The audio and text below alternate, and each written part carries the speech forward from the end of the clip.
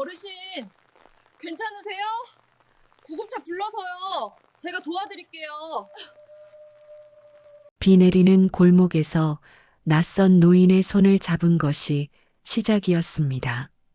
아무도 보지 않았고 아무도 몰랐습니다. 그녀는 그냥 그 자리에 있었을 뿐이었습니다. 그런데 그 하나의 선택이 25년 동안 닫혀 있던 문을 열었습니다. 보육원 출신의 요양보호사 정화가 재벌가의 초대를 받고 숨겨진 출생의 비밀과 마주하고 처음으로 가족이라는 말을 듣기까지의 이야기입니다. 따뜻하지만 쉽지 않았고 느리지만 분명했습니다. 무료로 할 수 있는 구독과 좋아요 한번 눌러주시면 더 좋은 사연으로 찾아뵙겠습니다. 전화 두세요. 그냥 가세요. 노인의 목소리는 빗소리에 묻혀 거의 들리지 않았습니다. 차가운 아스팔트 위에 옆으로 쓰러진 채 그는 자신을 일으키려는 손길을 느끼면서도 힘없이 밀어냈습니다. 우산도 없이 빗속에 무릎을 꿇은 정화는 그 손을 놓지 않았습니다. 어르신, 제가 여기 있어요. 그 말 한마디가 골목 끝에서 끝으로 조용히 울렸습니다. 밤 11시가 넘은 서울 외곽 골목이었습니다. 가로등 하나가 깜빡이다 꺼지기를 반복하고 빗줄기는 가늘지 않았습니다. 장마가 끝났다는 일기예보가 무색하게 그날 밤의 비는 사납고 차가웠습니다. 좁은 이면도로 양쪽으로는 오래된 빌라들이 들어서 있었고 편의점 하나에서 흘러나오는 주황빛 불빛이 빗속에 번져 있었습니다. 정화는 그 골목을 매일 밤 걸었습니다. 시립 요양원에서 야간 근무를 마치고 집으로 돌아가는 길, 늘 같은 방향, 늘 같은 속도였습니다. 운동화 밑창이 다 닳아 빗물이 스며들었고 그녀는 그것에 이미 익숙했습니다. 편의점 비닐봉지 안에는 컵라면 2개와 삼각김밥 하나가 들어 있었습니다. 그것이 오늘의 저녁이자 내일의 아침이었습니다. 처음 노인을 발견한 것은 골목 중간쯤이었습니다. 전봇대 옆에 무언가 웅크려 있었습니다. 지나가던 중년 남성 하나가 흘끗 보더니 발걸음을 빠르게 했습니다. 우산을 쓴 젊은 여성도 핸드폰을 보며 지나쳤습니다. 정화도 처음엔 그냥 걸었습니다. 그런데 두 발이 멈췄습니다. 이유를 묻기 전에 몸이 먼저 돌아서 있었습니다. 노인은 옆으로 쓰러져 있었습니다. 70은 넘어 보였고 외출복 차림이었는데 발목이 이상하게 꺾여 있었습니다.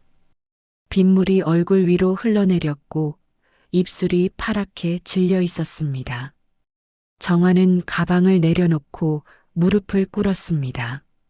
손가락으로 맥박을 짚었습니다. 가늘었지만 있었습니다.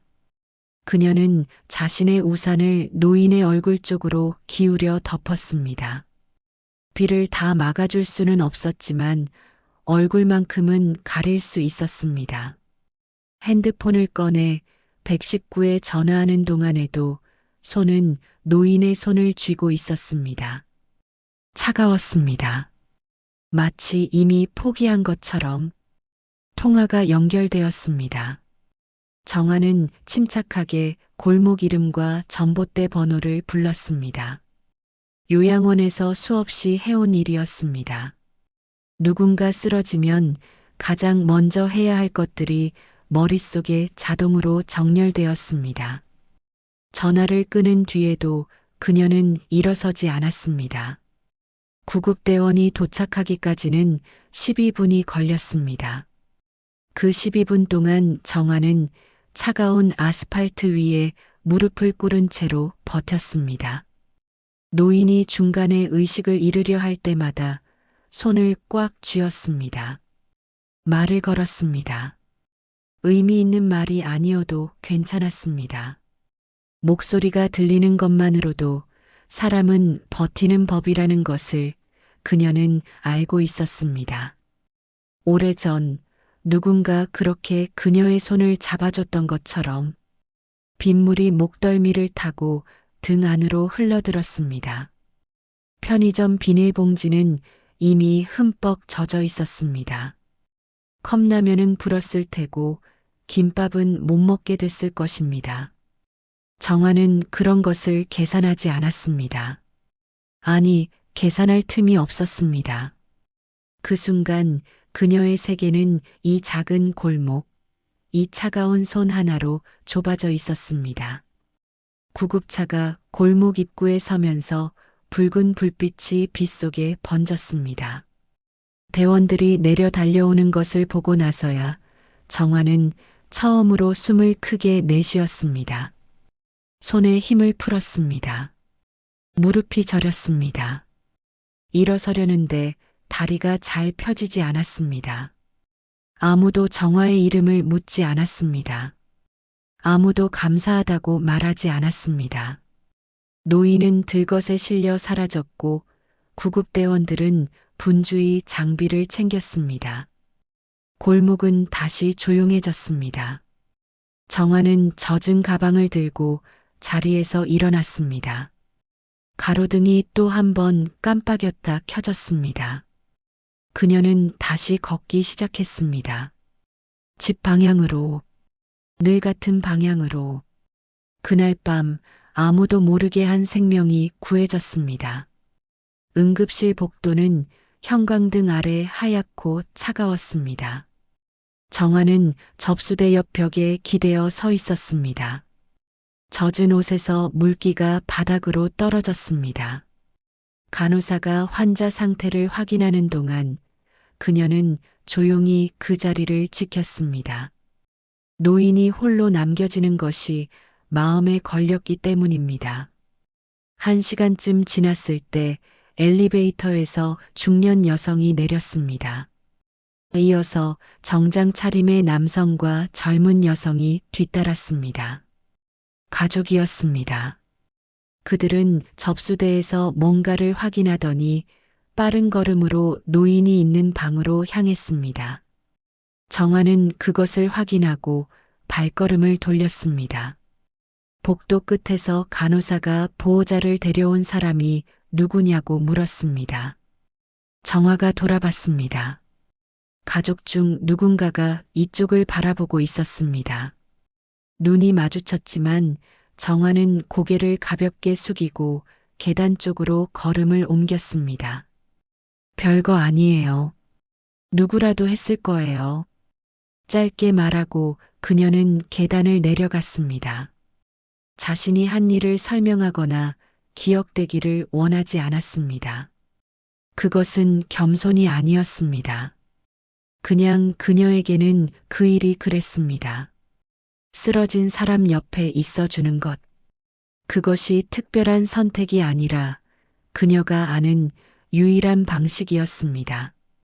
다음 날도 정화의 아침은 늘 같았습니다. 알람이 울리기 전에 눈이 떠졌고 창밖에는 옅은 구름이 깔려 있었습니다. 반지하 방은 햇빛이 비스듬하게 들어왔습니다. 천장이 낮고 벽이 얇아서 윗집 소리가 다 들렸습니다. 월세는 43만 원이었고 관리비를 합치면 50만 원이 넘었습니다. 그녀는 전기장판을 끄고 일어나 세수를 했습니다. 냄비에 물을 올리고 어젯밤 못 먹은 컵라면 대신 남은 밥을 꺼냈습니다. 된장 한 스푼으로 국을 끓였습니다. 그것이 아침이었습니다. 창밖으로 빨래를 널어두고 운동화를 신고 집을 나섰습니다. 요양원까지는 버스로 2정거장이었습니다. 정류장에서 기다리는 동안 그녀는 핸드폰을 꺼내 어젯밤 노인의 상태를 병원에 다시 문의해 볼까 생각했습니다. 하지만 가족이 도착한 것을 확인했으니 충분하다고 스스로에게 말했습니다. 핸드폰을 다시 주머니에 넣었습니다. 요양원에서의 하루는 빼곡했습니다. 어르신들의 식사를 돕고 욕창이 생기지 않도록 체위를 바꾸고 산책을 원하는 분을 부축해 복도를 함께 걸었습니다. 정화는 일을 잘했습니다. 서두르지 않았고 대충 하지 않았습니다. 어르신 하나하나의 이름과 좋아하는 음식과 무서워하는 것을 기억했습니다. 퇴근 무렵 동료 하나가 옆에서 말했습니다. 어젯밤 뉴스에 골목에서 노인을 구한 시민 이야기가 잠깐 나왔다고. 정화는 대답하지 않았습니다. 로커에서 외투를 꺼내 입고 가방을 챙겼습니다. 동료가 혹시 너냐고 물었고 정화는 옅게 웃기만 했습니다. 그 웃음 속에 무엇이 있는지 아무도 묻지 않았습니다. 정화의 삶은 표면상 달라진 것이 없었습니다. 하지만 그날 밤 차가운 아스팔트 위에서 느꼈던 감각은 쉽게 사라지지 않았습니다. 낡은 손, 파랗게 질린 입술, 그리고 가늘게 뛰던 맥박. 그것들이 가끔 손끝에 다시 느껴지는 것 같았습니다. 그녀는 그 감각을 붙잡으려 하지 않았습니다. 흘려보내는 연습을 오래 해왔습니다. 마음을 많이 주면 오래 버티기 힘들다는 것을 요양일을 하면서 몸으로 배웠습니다. 하지만 그날 밤만큼은 쉽게 흘려보내지지 않았습니다. 이유는 몰랐습니다. 그냥 그랬습니다. 계절은 가을로 넘어가고 있었습니다. 편지가 도착한 것은 그 밤으로부터 3달쯤 지난 어느 오후였습니다. 우편함에 다른 고지서들 사이에 끼어 있었는데 겉봉이 달랐습니다. 두꺼운 크림색 용지에 주소가 손으로 정성스럽게 쓰여 있었습니다. 받는 사람 난에는 정화의 이름이 정확하게 적혀 있었습니다. 봉투를 뒤집어 보았습니다. 뒷면에는 금박으로 찍힌 문양과 함께 해성물산이라는 글자가 새겨져 있었습니다. 정화는 한동안 그것을 그냥 들고 서 있었습니다. 해성물산이라면 뉴스에서 가끔 이름을 들어본 적 있었습니다. 건설과 유통을 아우르는 대기업 중 하나였습니다. 그런 곳에서 왜 이 반지하 우편함에 편지를 보냈는지 짐작이 되지 않았습니다. 사람을 잘못 찾은 것이 분명하다고 생각하면서 방으로 들어왔습니다. 봉투를 뜯었습니다. 안에는 2장의 종이가 들어 있었습니다. 첫 번째 장은 짧은 서신이었습니다. 정중하고 격식 있는 문장이었습니다. 회장 황기선의 이름으로 쓰인 편지였는데 정화에게 자택으로의 방문을 요청하는 내용이었습니다. 2번째 장에는 일시와 장소, 그리고 손자 배우자 후보 면담이라는 제목이 붙어 있었습니다. 정화는 읽다가 멈췄습니다. 다시 읽었습니다. 그리고 작게 웃었습니다. 사람 잘못 찾았겠죠. 혼잣말이었습니다. 그녀는 편지를 접어 식탁 위에 올려뒀습니다. 저녁을 먹고 설거지를 하고 샤워를 하면서도 그 편지가 내내 머릿속에 맴돌았습니다. 잠자리에 누웠는데 잠이 잘 오지 않았습니다. 천장을 보다가 편지를 다시 꺼내 들었습니다. 해성물산 회장 자택. 그 주소를 지도 앱에서 검색해 봤습니다. 서울 한남동. 가본 적도 가볼 일도 없는 동네였습니다. 위성 사진으로 보이는 저택은 정화의 월세방과는 다른 차원의 공간이었습니다. 정원이 있었고 담장이 높았습니다. 다음 날 요양원에서 근무를 마치고 나오는 길에도 그 편지 생각이 났습니다. 왜 이 편지가 자신에게 왔는지, 그리고 그 어마어마한 저택 안에서 자신에게 무슨 말을 할 것인지가 궁금했습니다. 가지 않겠다고 결정하는 건 어렵지 않았습니다. 하지만 그 결정이 하루 사이에 2번이나 뒤집혔습니다. 동료에게 편지 이야기를 꺼냈습니다. 동료는 눈을 크게 뜨며 당장 가보라고 했습니다. 혜성그룹 손자면 도윤이 아니냐고 경제 뉴스에서 봤다고 했습니다. 정화는 그 이름을 기억하지 못했습니다. 관심이 없었던 세계였습니다.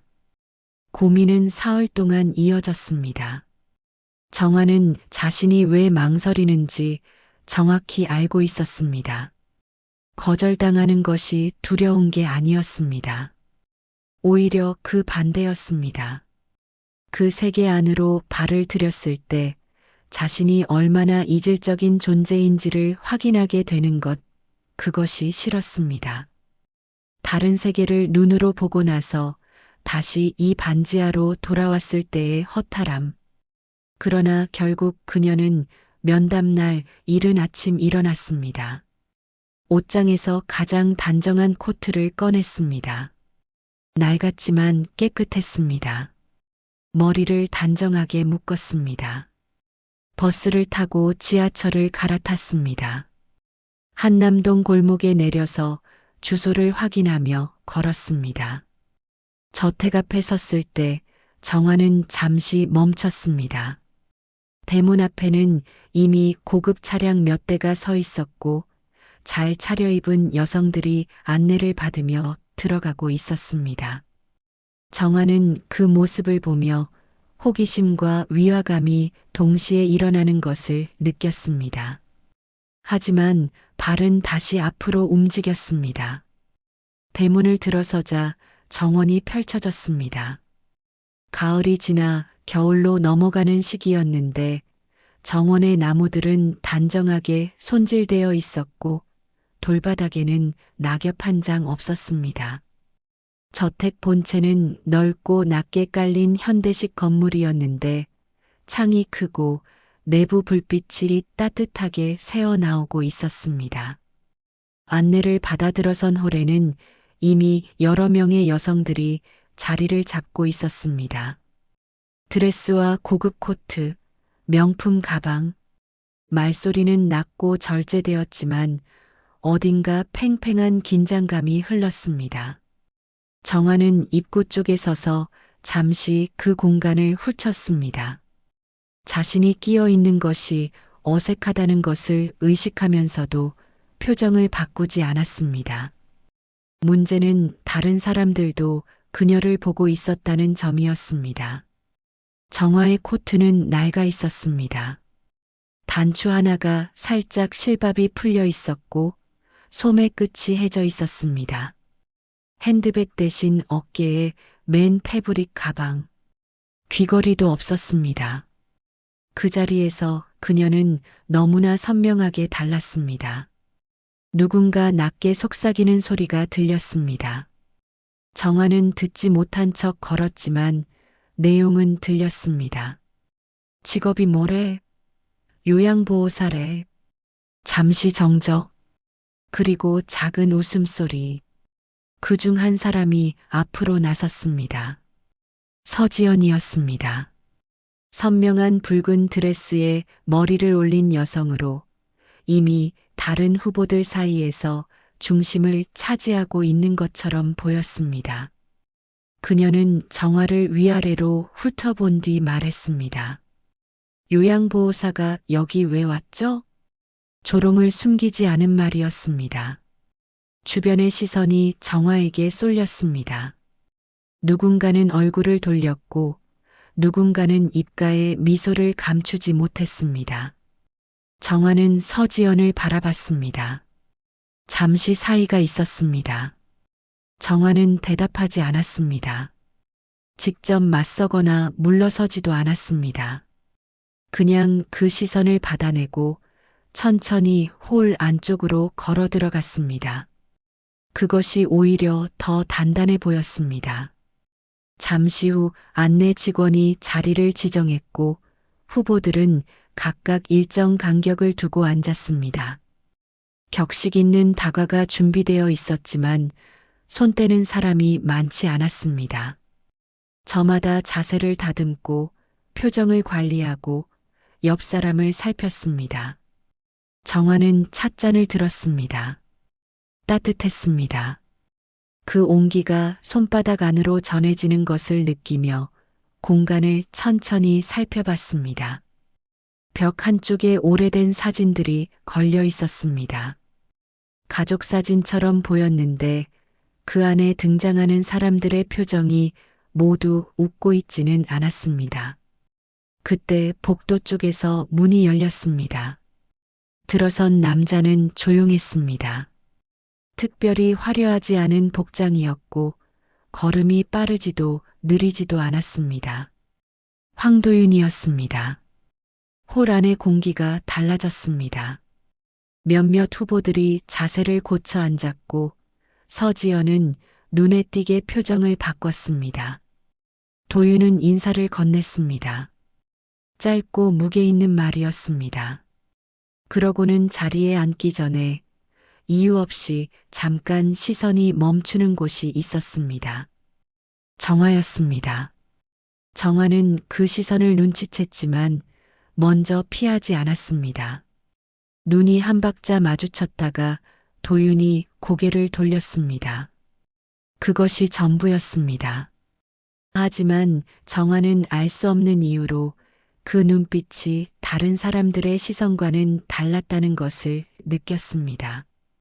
비교하거나 평가하는 눈빛이 아니었습니다. 무언가를 찾는 눈빛이었습니다. 공식 면접은 예상과 달랐습니다. 심사위원이 줄지어 앉고 후보들이 차례로 입장하는 방식이 아니었습니다. 도윤이 직접 각 후보에게 짧은 대화 시간을 요청하는 방식이었고 그것은 격식보다는 면담에 가까웠습니다. 서지연이 먼저였습니다. 그녀는 준비된 말을 빠르고 또렷하게 했습니다. 집안, 학력, 향후 역할에 대한 각오, 정제된 언어들이 이어졌습니다. 도윤은 듣다가 짧게 끄덕였습니다. 다음 후보도 비슷했습니다. 정화의 순서가 됐을 때 도윤은 이미 2시간 가까이 같은 방식의 대화를 해온 뒤였습니다. 그는 자리에서 일어나 정화에게 다른 방으로 이동하자고 했습니다. 작은 서재였습니다. 공식 면담실보다 조용하고 집기들이 오래된 것들로 채워져 있었습니다. 책이 많았습니다. 도윤은 소파 끝에 앉았고 정화는 맞은편에 앉았습니다. 잠시 침묵이 있었습니다. 도윤은 준비된 질문 목록을 꺼내지 않았습니다. 창밖을 잠깐 바라봤다가 정화를 봤습니다. 왜 그 일을 하세요? 단도직입적이었습니다. 그 일이 요양보호사라는 직업을 말하는 것인지 아니면 다른 무언가를 말하는 것인지 정확하지 않았습니다. 정화는 그 질문을 받는 순간 여러 가지 대답이 머릿속에 동시에 올라왔습니다.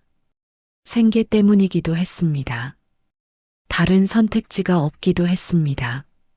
하지만 그것이 전부는 아니었습니다. 정화는 바로 대답하지 않았습니다. 잠시 손 위를 내려다봤습니다. 누군가 제 곁에 있어줬던 기억 때문에요. 말하고 나서 스스로도 조금 놀란 것 같았습니다. 그 말은 준비한 것이 아니었습니다. 인터뷰용 답변도 아니었습니다. 그냥 나왔습니다.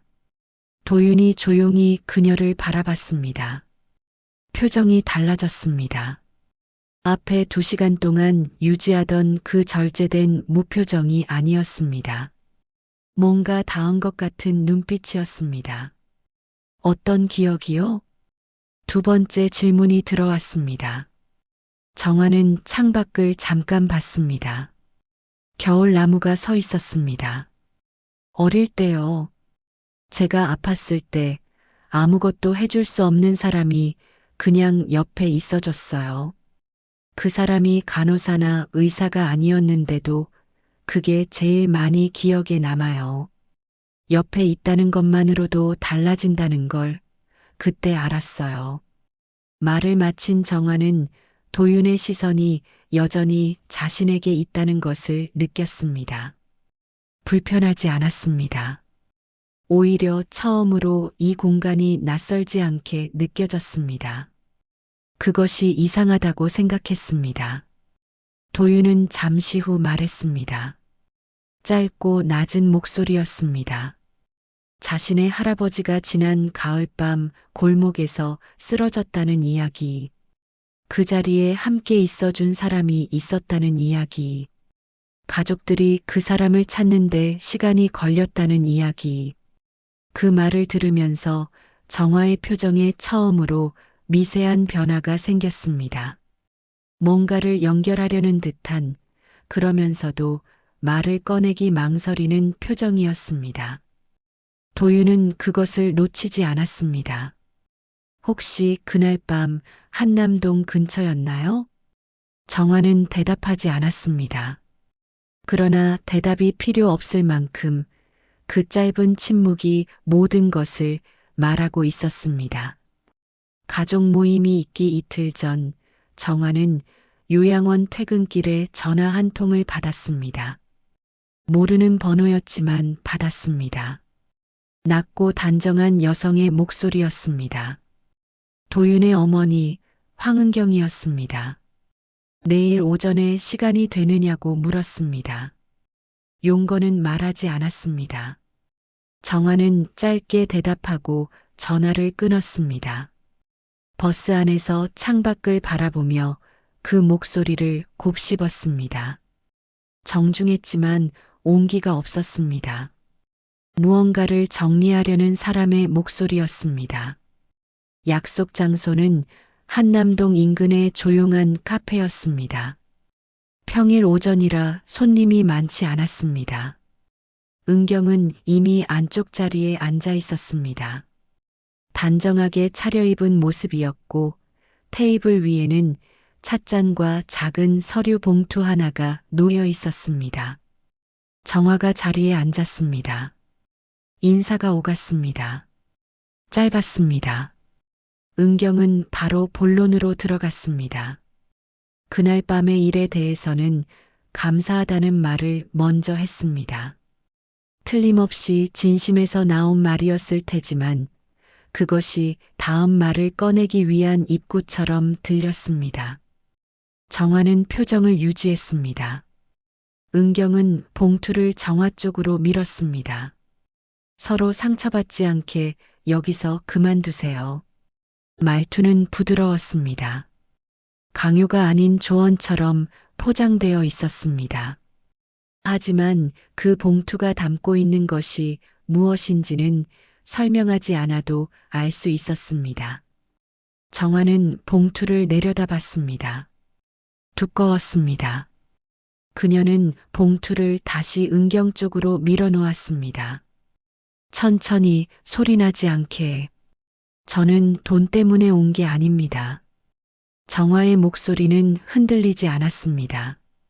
화도 아니었습니다. 다만 분명했습니다. 은경의 눈빛이 처음으로 흔들렸습니다. 이런 반응을 예상하지 못한 사람처럼 은경은 잠시 봉투를 바라보다가 다시 입을 열었습니다. 이번에는 조금 다른 방식이었습니다. 도윤이 앞으로 맡아야 할 자리, 그 무게, 그 자리에 서게 될 사람에게 요구되는 것들, 천천히 나열했습니다. 학연, 집안, 사회적 배경, 그 목록 안에 정화가 들어설 자리는 없다는 것을 직접 말하지 않으면서도 충분히 전달하고 있었습니다. 정화는 그 말들을 끊지 않고 들었습니다. 틀린 말이 없었습니다. 그것이 더 아팠습니다. 반박할 수 있는 말이 없을 때 침묵이 가장 무겁게 내려앉는다는 것을 그녀는 알고 있었습니다. 카페를 나온 뒤 정화는 한동안 걷지 않았습니다. 입구 옆 기둥에 등을 대고 서서 하늘을 봤습니다. 구름이 낮게 깔려 있었습니다. 바람이 차가웠습니다. 자신이 왜 그 봉투를 밀어냈는지 스스로도 완전히 설명할 수 없었습니다. 돈이 필요 없어서가 아니었습니다. 그 돈이면 몇 달의 월세를 낼 수 있었고 다른 운동화를 바꿀 수 있었습니다. 하지만 그것을 받는 순간 무언가가 끝난다는 것을 알았습니다. 자신이 그 자리에 왜 갔는지 그 이유가 사라지는 것 같았습니다. 그날 저녁 정화는 요양원 어르신 한 분과 복도를 산책했습니다. 팔을 부축하며 천천히 걸었습니다. 어르신은 말이 없었고 정화도 말이 없었습니다. 복도 창밖으로 가로등이 켜지기 시작했습니다. 어르신이 불쑥 말했습니다. 오늘 힘든 일 있었냐고. 정화는 웃으며 아니라고 했습니다. 어르신은 고개를 끄덕이며 말했습니다. 그래도 표정이 평소랑 다르다고. 정화는 대답하지 않았습니다. 그냥 더 천천히 걸었습니다. 며칠 뒤 해성그룹 내부에 정보가 퍼졌습니다. 정화의 과거에 관한 것이었습니다. 어디서 흘러나왔는지 알 수 없었지만 알만한 사람들은 이미 알고 있었습니다. 보육원 출신이라는 것, 대학을 나오지 않았다는 것, 가족이 없다는 것. 서지연은 그것을 공개적으로 꺼냈습니다. 두 번째 모임 자리에서 후보들과 일부 가족이 함께한 자리에서였습니다. 직접적인 표현은 피했지만 의미는 분명했습니다. 배경이 없는 사람, 뿌리가 없는 사람이라는 뉘앙스, 주변 몇몇이 동조하는 눈빛을 보냈습니다. 정화는 그 자리에 있었습니다. 자리를 피하지 않았습니다. 얼굴이 붉어지지도 않았습니다. 그 말들이 닿는 곳이 어디인지 그녀는 알고 있었습니다. 오래전부터 알고 있었습니다.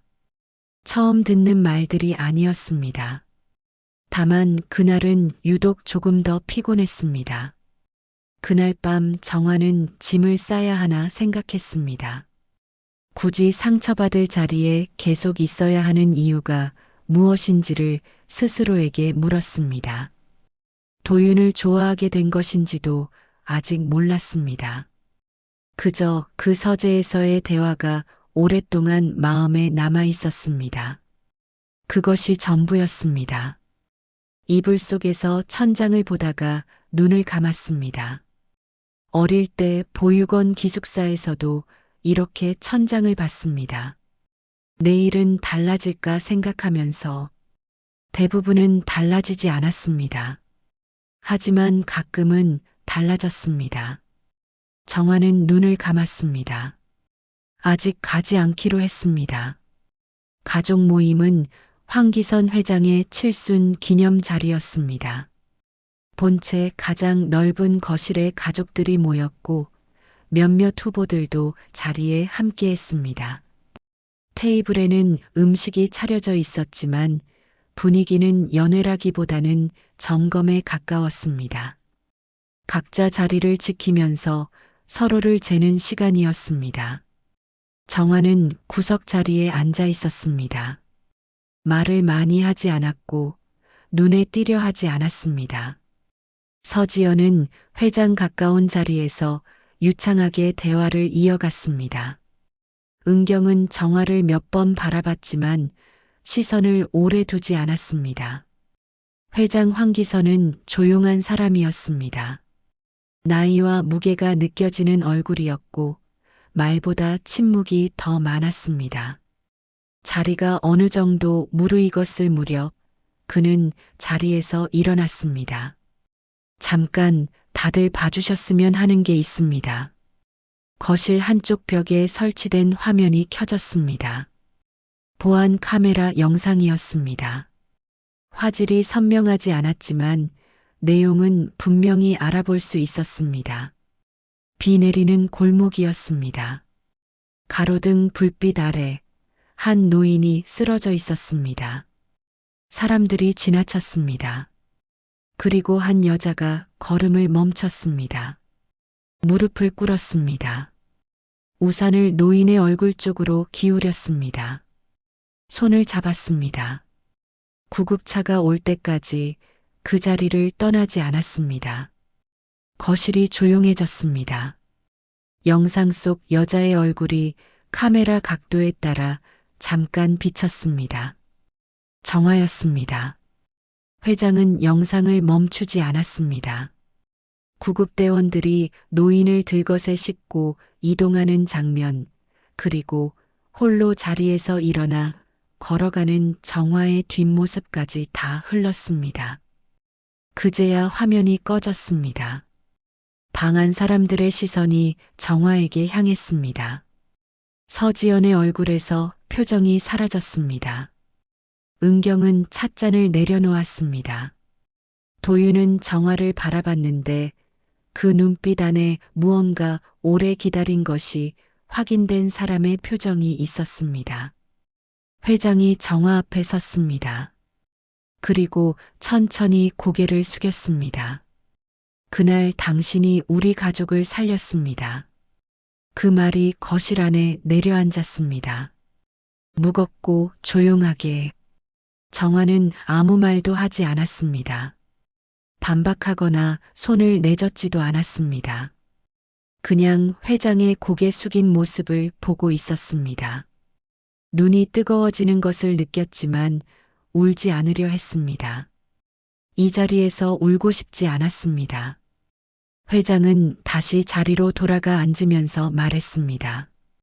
그 골목에 설치된 카메라는 가족의 사유지 쪽을 촬영하던 보안 카메라였고 그날 밤 영상을 나중에야 확인했다고.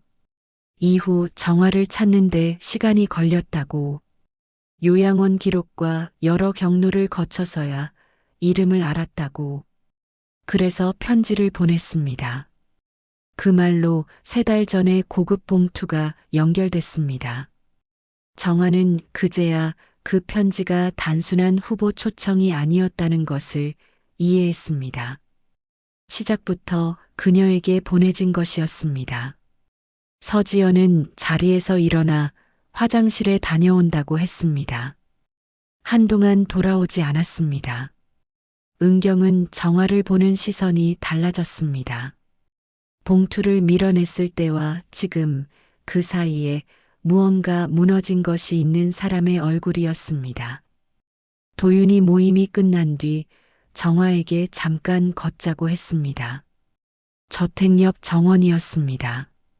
겨울 나무들이 가로등 아래 서 있었습니다. 왜 말 안 했어요? 정화는 잠시 생각하다 대답했습니다. 물어보지 않았으니까요. 도윤은 그 대답을 듣고 한참 걸었습니다. 정화도 걸었습니다. 말이 없었습니다. 그런데도 그 시간이 불편하지 않았습니다. 그날 밤 집으로 돌아오는 버스 안에서 정화는 창밖을 바라봤습니다. 밤거리의 불빛들이 빗물처럼 창에 번졌습니다. 무언가가 달라졌다는 것을 느꼈습니다. 무엇이 어떻게 달라졌는지는 아직 몰랐습니다. 다만 그 골목에서 혼자 무릎을 꿇었던 밤이 이제 더 이상 아무도 모르는 밤이 아니게 되었다는 것만은 알았습니다. 가족 모임이 끝나고 사흘이 지났습니다. 정화는 그 사이 요양원에서 이틀을 일했고 평소와 다름없이 출퇴근했습니다. 달라진 것이 있다면 도윤에게서 짧은 문자가 왔다는 것이었습니다. 잘 들어갔냐는 내용이었습니다. 정화는 잘 들어갔다고 답했습니다. 그것이 전부였습니다. 그러던 어느 오후 회장 황기선에게서 연락이 왔습니다. 이번에는 편지가 아니라 전화였습니다. 목소리가 조용했습니다. 할 말이 있다고 했습니다. 시간이 되면 자택으로 와달라고 했습니다. 혼자 정화는 다음 날 저택을 다시 찾았습니다. 이번에는 다른 후보들도 가족들도 없었습니다. 안내를 받아 들어선 곳은 본체 안쪽의 작은 서재였습니다. 도윤과 대화를 나눴던 방과는 다른, 더 오래된 공간이었습니다. 책장 곳곳에 세월의 흔적이 있었고 창가에는 시든 화분이 하나 놓여 있었습니다. 누군가 오랫동안 이 방을 챙기지 못한 것처럼 보였습니다. 회장은 책상 앞에 앉아 있었습니다. 정화가 들어서자 자리에서 일어났습니다. 그리고 오래된 나무 상자를 꺼내 책상 위에 올렸습니다. 천천히 열었습니다. 안에는 편지 몇 통과 빛바랜 사진들이 들어 있었습니다. 회장은 사진 한 장을 꺼내 정화에게 건넸습니다. 젊은 남자와 여자가 나란히 서 있었습니다. 어딘가 공원인 듯한 배경이었고 두 사람 모두 웃고 있었습니다. 봄이었을 것입니다. 나무에 꽃이 피어 있었습니다. 여자는 머리가 길었고 눈이 크고 선한 인상이었습니다. 이 여자는 당신 어머니입니다. 회장의 목소리는 낮았습니다. 정화의 심장이 멈추는 것 같았습니다. 사진 속 여자를 다시 봤습니다. 낯선 얼굴이었습니다. 사진을 통해서조차 한 번도 본 적 없는 얼굴이었습니다. 보육원에는 아무것도 없었습니다. 이름도 사진도 편지도. 손이 조금 떨렸습니다. 그 남자는 제 아들이었습니다. 회장이 말을 이었습니다. 정화는 사진에서 눈을 떼지 못했습니다. 남자의 얼굴을 봤습니다. 눈매가 낯익은 것도 같고 그냥 그렇게 느끼는 것인지도 몰랐습니다. 이름은 황재원이었어요. 그 이름이 처음 들리는데 오래된 것처럼 느껴졌습니다. 정화는 사진을 손에 쥔 채 아무 말도 하지 못했습니다. 서재 안이 고요했습니다. 창밖에서 바람이 나무를 흔드는 소리만 들렸습니다. 회장은 자리에 앉으며 오래 침묵했습니다. 그리고 천천히 말하기 시작했습니다. 그 이야기는 25년 전으로 거슬러 올라갔습니다. 황재원은 회장의 외아들이었습니다. 총명하고 다정한 사람이었다고 했습니다. 사람을 편하게 해주는 성격이었고 아버지와는 성향이 달랐습니다. 회장이 밀어붙이는 사람이라면 재원은 기다리는 사람이었습니다. 재원이 이영서를 처음 만난 것은 대학 시절이었습니다. 이영서는 경제적으로 어려운 환경에서도 따뜻함을 잃지 않는 사람이었다고 했습니다. 재원은 그녀를 진심으로 사랑했습니다. 집안의 이야기를 꺼냈습니다. 회장은 반대했습니다. 이유는 여러 가지였습니다. 집안, 배경, 회사의 미래. 당시 회장에게 그것들은 타협할 수 없는 기준이었습니다. 재원을 설득하려 했고 재원은 버텼습니다. 그 사이에서 두 사람 사이가 멀어졌습니다. 부자 사이의 말들이 날카로워졌습니다. 그러던 어느 날 재원이 교통사고로 세상을 떠났습니다. 갑작스러운 일이었습니다. 이영서는 그때 임신 중이었습니다. 혼자 남겨졌습니다. 회장은 말을 잠시 멈췄습니다. 손을 무릎 위에 얹고 창밖을 봤습니다. 이영서에 대한 이야기를 이어갔습니다. 재원이 떠난 뒤 그녀는 혼자 아이를 낳으려 했습니다. 하지만 몸이 좋지 않았습니다. 출산 과정에서 합병증이 생겼습니다. 아이를 낳고 얼마 지나지 않아 이영서도 세상을 떠났습니다. 아이는 남겨졌습니다. 회장은 그 아이의 존재를 알았습니다. 하지만 그때의 그는 지금의 그가 아니었습니다. 죄책감과 자존심이 뒤엉켜 있었고 아들을 잃은 슬픔이 판단을 흐렸습니다. 가문의 이름으로 감당하기 어렵다는 말로 스스로를 납득시켰습니다. 아이는 보육원에 맡겨졌습니다. 그 아이가 정화였습니다. 정화는 그 말을 들으면서 아무것도 느끼지 못하는 것 같았습니다. 아니, 너무 많은 것이 한꺼번에 밀려와서 어떤 감정인지 구분이 되지 않는 상태였습니다. 손안에 쥔 사진이 구겨지지 않도록 힘을 풀었습니다. 어머니의 얼굴을 다시 봤습니다. 눈이 크고 선했습니다. 웃고 있었습니다. 회장이 자리에서 일어나 정화 앞에 섰습니다.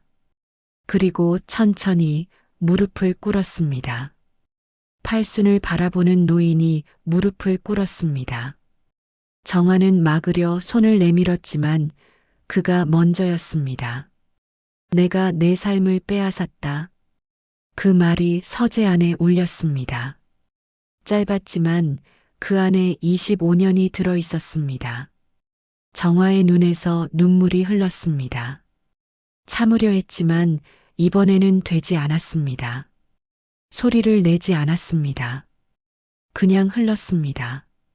지금 처음으로 가족이라는 말을 들어요. 목소리가 작았습니다. 떨렸습니다. 하지만 분명했습니다. 회장은 고개를 들지 않았습니다. 한동안 그 자세로 있었습니다. 정화는 그것을 바라보다가 결국 낮게 앉아 그의 어깨에 손을 얹었습니다. 일어나도 된다고 말하지 않았습니다. 그냥 손을 얹었습니다. 그것이 지금 그녀가 할 수 있는 전부였습니다. 서재 밖에서 저택의 시계가 조용히 울렸습니다. 정화는 어머니의 사진을 여전히 손에 쥐고 있었습니다. 봄날의 사진이었습니다. 꽃이 피어 있었습니다.